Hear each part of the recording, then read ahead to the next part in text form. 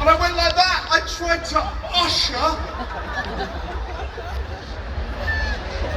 the king of the jungle away from my wife with a sort of a shitty digit. Now I've had many looks off her down the years. This went straight in at number one. What the fuck are you doing? I'm claiming your land. Why am I putting your finger on your eye? Yeah. Which one to put it in the old people? Gotta be thinking. I can't believe I married you, you fucking moron. I'm having a lovely honeymoon. Then look, you got your hand up your arms like a fucking teapot. Hey. If you can't handle me and my words, then you don't deserve me at my best. That's who I am. I'm my dad's son. I'm exactly the same as my old man. I'll tell you this story, so it'll blow your mind. My dad fell 14 foot from a tree 3 months ago because he was trying to saw a branch off a tree with the chainsaw he'd attached to a stick. He was not successful in his endeavour.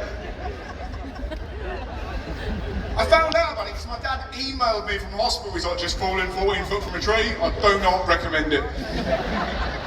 So I rang him up and I was like, oh my God, are you alright? And he told me what happened. Basically, he fell down, the branch smashed him in the face, broke his skull, smashed his eye in. So yeah, they've got to do like an 8-hour operation. They've got to pull my face back, they've got to put a metal plate there, then they've got to pull it back and staple it back together. A little bit scared actually. Little bit worried. Those are the words he said. I'm a little bit scared. I'm a little bit worried. I've never heard my dad say those words. I'm a little bit scared. I'm a little bit worried. And I knew what I had to say as his oldest son. I went, well, Dad, that's just what wankers say.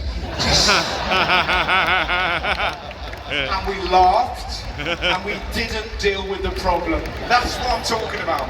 That's what laughter is for some of us. It isn't a bit of fun, it's a fucking necessity, because life is a battle and laughter is respite. He's absolutely fine. Do you know the irony? My dad now looks amazing, because basically they pulled it back, he's had a really cheap facelift. My mum's furious, look at his lovely bloody face. He's lost 10 years, I've aged 10 years because I thought he was going to die. Was I falling off a fucking tree? I look like Dog the Bounty Hunter, it's not right.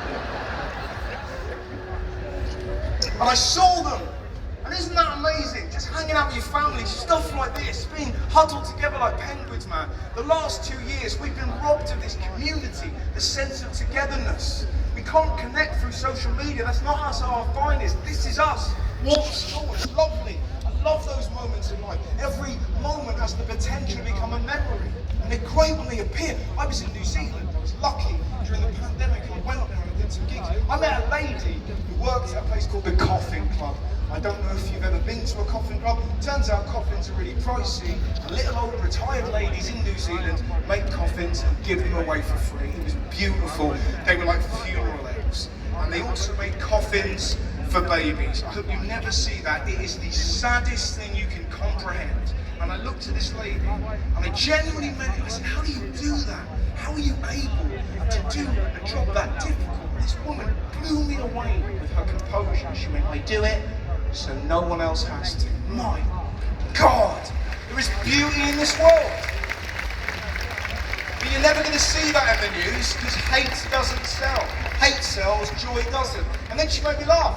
Like a minute later, she went, do you want to see my coffins? I said, coffins? She went, coffins? She made 3 coffins for herself. Yeah. I was like, why have you made 3? She went, I just keep putting on weight. I hugged her like the metaphor for good that she was. I call those moments deathbed memories. When a little moment arrives, hopefully just before you die, all these great moments just appear in your face, just this kaleidoscope of happy, and then you peg it. I think that would be quite nice. My favourite recently, it was only a tiny, small moment, and we've all had this. Just having my family round, you know, after the pandemic, little things like hanging out with your mum, your dad, your brother, your sister, her 2 kids, my wife, the dog, just had food, we played Boulder Dash. It was an amazing day. And then I sent my mum and dad to bed early. It's one of my favourite things to do. As a grown man, it's so petty, like, come on then, off you pop. Up you go. And they're like, we're allowed to stay up much later, I hope. Not here, you're not, come on. Up you go. And I was in bed with my wife, we had a kiss, the dog's dead in the middle, and I was like, God, that was such a lovely day, wasn't it? She was like, face. And then we heard a moan coming from my mum and dad's room. That is the correct response, Latitude. We heard my dad go, followed by my mum going, and you're like, best case scenario, that is a double suicide attempt. But it wasn't. They were going at it, proper thug love, just. It was like a beat on the main stage. Just.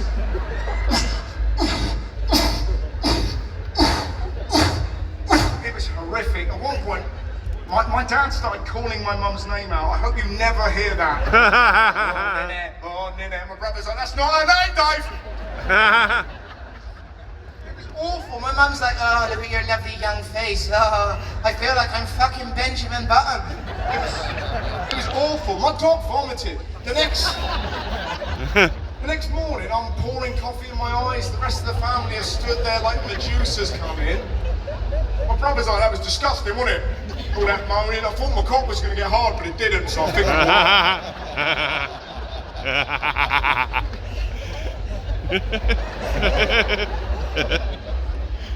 Then my mum and dad came in. Mum wanted in all jelly legs, fucking Bruce Grobbler. Alright, did we keep you up? You know you did. You know you kept us up. You filthy shenanigans. We'd had access to Dignitas there and then on a put them in the fucking bus. But an hour later, it was magnificent. It was a reminder that we're lucky jizz because my mum and dad confessed through giggly eyes and hands like that they hadn't been having sex, but for a laugh, age 70 and 65, what they thought the evening needed to round it off was for them to pretend to make love in their eldest son's top bedroom for an hour. Hey. The clues were there. Think of the commitment. At one point, Mum went, whack it in my ass, Dave. Little clues. Nobody giggles that much when they're having sex. We are all lucky jizz, Latitude. So let's make this life a motherfucking orgasm. Thank you so much for coming. Hey! Absolute joy. Thank you so much. Amazing gift. Genuinely, thank you so much. Have a fantastic, that was very sweet. Thank you. That's very, okay, now you're freaking me out. It's very nice. Thank you so much for coming along. What an absolute joy. Ladies and gentlemen, Latitude, enjoy the rest of the weekend.